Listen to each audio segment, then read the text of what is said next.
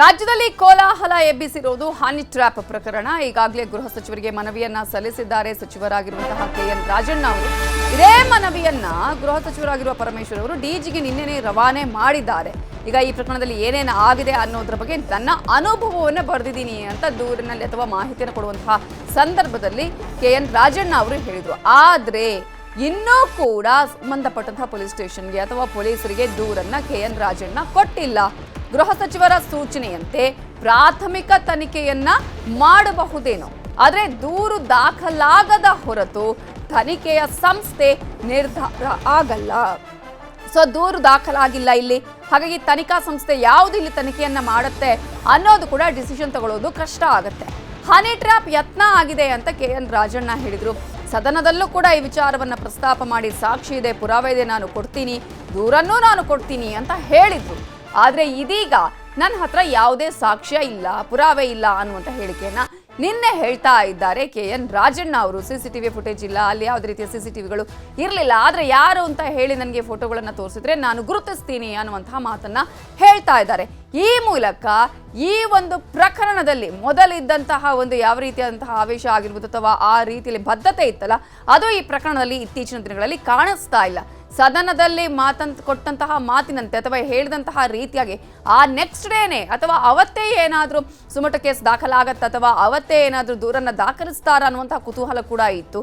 ಆದರೆ ಅದ್ಯಾವುದು ನಡೆಯದೆ ಈಗ ಇವತ್ತು ಬುಧವಾರ ಈಗಾಗಲೇ ಇವತ್ತು ಡಿಜಿಗೆ ಅಂದ್ರೆ ರವಾನೆ ಮಾಡಿದ ಬಳಿಕ ಇಲ್ಲಿ ಏನಾಗುತ್ತೆ ಇನ್ನೂ ಕೂಡ ಕಂಪ್ಲೇಂಟ್ ಕೊಟ್ಟಿಲ್ಲ. ನಿನ್ನೆಯಷ್ಟೇ ಗೃಹ ಸಚಿವರಿಗೆ ಮನವಿಯನ್ನ ಕೊಟ್ಟಿದ್ದಾರೆ ಕೆಎನ್ ರಾಜಣ್ಣ ಅವರು.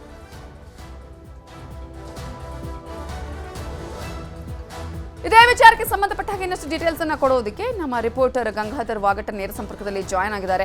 ಗಂಗಾಧರ್, ದೊಡ್ಡ ಮಟ್ಟದಲ್ಲಿ ಸದ್ದನ್ನ ಸಂಚಲನ ಹುಟ್ಟು ಮಾಡಿದಂತಹ ಪ್ರಕರಣ ಅಂತ ಹೇಳಿದ್ರೆ ಹನಿ ಟ್ರ್ಯಾಪ್ ಪ್ರಕರಣ. ಈ ಪ್ರಕರಣದಲ್ಲೇ ಮೊನ್ನೆನೇ ಏನಾದರೂ ದೂರು ಕೊಡ್ತಾರಾ ಅನ್ನುವಂತಹ ಕುತೂಹಲ ಇತ್ತು. ಆದರೆ ಕೇವಲ ಗೃಹ ಸಚಿವರಿಗೆ ಮನವಿಯನ್ನ ಕೊಟ್ಟು ಸುಮ್ಮನಾಗಿದ್ದಾರೆ ರಾಜಣ್ಣ ಅವರು. ಡಿಜಿಗೆ ರವಾನೆ ಆಗಿದೆ.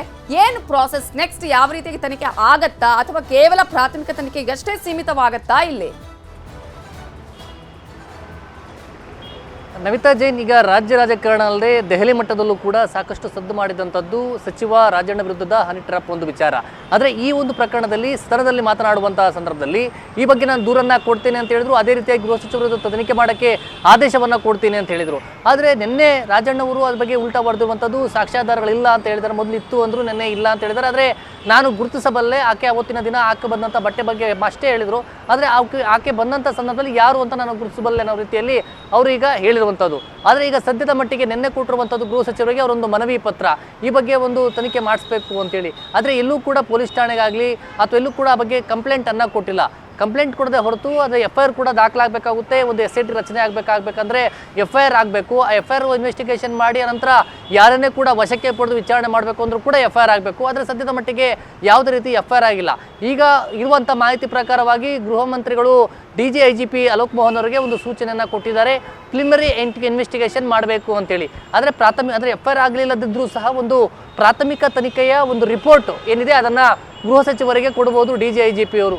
ಈ ಒಂದು ಪ್ರಕರಣಕ್ಕೆ ಸಂಬಂಧಪಟ್ಟಂತೆ ಏನೆಲ್ಲ ಆಗಿದೆ ಅಂತೇಳಿ ಅದರಲ್ಲಿ ಈಗ ಏನು ಒಂದು ಮನವಿ ಮಾಡಿಕೊಂಡಿರುವಂಥ ಸಚಿವ ರಾಜಣ್ಣವರ ಕೂಡ ಇನ್ವೆಸ್ಟಿಗೇಷನ್ ಮಾಡ್ಬೋದು. ಅದರಲ್ಲಿ ಅವರು ಏನು ಕೊಡುವಂಥ ಸ್ಟೇಟ್ಮೆಂಟ್ ಆಗಿರ್ಬೋದು, ಮತ್ತು ಎಲ್ಲಿ, ಯಾವಾಗ, ಯಾವ ಜಾಗ, ಯಾವ ಸಂದರ್ಭದಲ್ಲಿ ಹನಿ ಟ್ರ್ಯಾಪ್ ಮಾಡುವಂಥ ಯತ್ನ ನಡೆಯುತ್ತೋ ಅನ್ನೋದ್ರ ಬಗ್ಗೆ ಅವರು ಸ್ಟೇಟ್ಮೆಂಟನ್ನು ಕೊಡಬೇಕಾಗುತ್ತೆ. ಅದನ್ನು ಹೊರತುಪಡಿಸಿ ಯಾರ ಮೇಲೆ ಸಸ್ಪೆಕ್ಟ್ ಮಾಡ್ತಾರೆ, ಆ ಯುವತಿ ಯಾರು ಅನ್ನೋದ್ರ ಬಗ್ಗೆ ಕೂಡ ಅವರು ಸಸ್ಪೆಕ್ಟ್ ಮಾಡುವಂಥ ಒಂದು ವಿಚಾರ ಏನಿದೆ ಅವೆಲ್ಲವೂ ಕೂಡ ಅವರು ಸ್ಟೇಟ್ಮೆಂಟನ್ನು ತೆಗೆದುಕೊಂಡು ಪ್ರಾಥಮಿಕ ತನಿಖಾ ರಿಪೋರ್ಟನ್ನು ಅವರು ಸಬ್ಮಿಟ್ ಮಾಡ್ಬೋದು. ಬಹುತೇಕವಾಗಿ ಇವತ್ತೇ ಒಂದು ಟೀಮನ್ನು ರಚನೆ ಮಾಡಿಕೊಳ್ಬೇಕಾಗುತ್ತೆ. ಆ ಟೀಮ್ ರಚನೆ ಮಾಡುವಂಥ ಒಂದು ವಿಚಾರ ಏನಿದೆ ಅದು DGIGP ಅವರ ವಿವೇಚನೆಗೆ ಬಿಟ್ಟಿರುವಂಥದ್ದು. ಈಗ ಸಂಜೆ ಒಳಗಾಗಿ ಏನಾದರೂ ಟೀಮ್ ರಚನೆ ಮಾಡ್ತಾರೆ ಅಂತ ಕೂಡ ನೋಡಬೇಕಾಗುತ್ತೆ. ಇವತ್ತೇ ಮಾಡ್ತಾರೆ ಅಂತ ಹೇಳಲಾಗಿತ್ತು.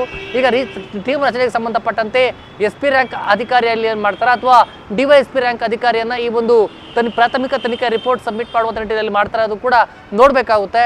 ಒಟ್ಟಾರೆಯಾಗಿ ಇವತ್ತು ಸಂಜೆ ವೇಳೆಗೆ ಒಂದು ಕ್ಲಾರಿಟಿ ಸಿಗುತ್ತೆ. Navita Jain, thank you Gangadhar ಡೀಟೇಲ್ಸ್ಗೆ.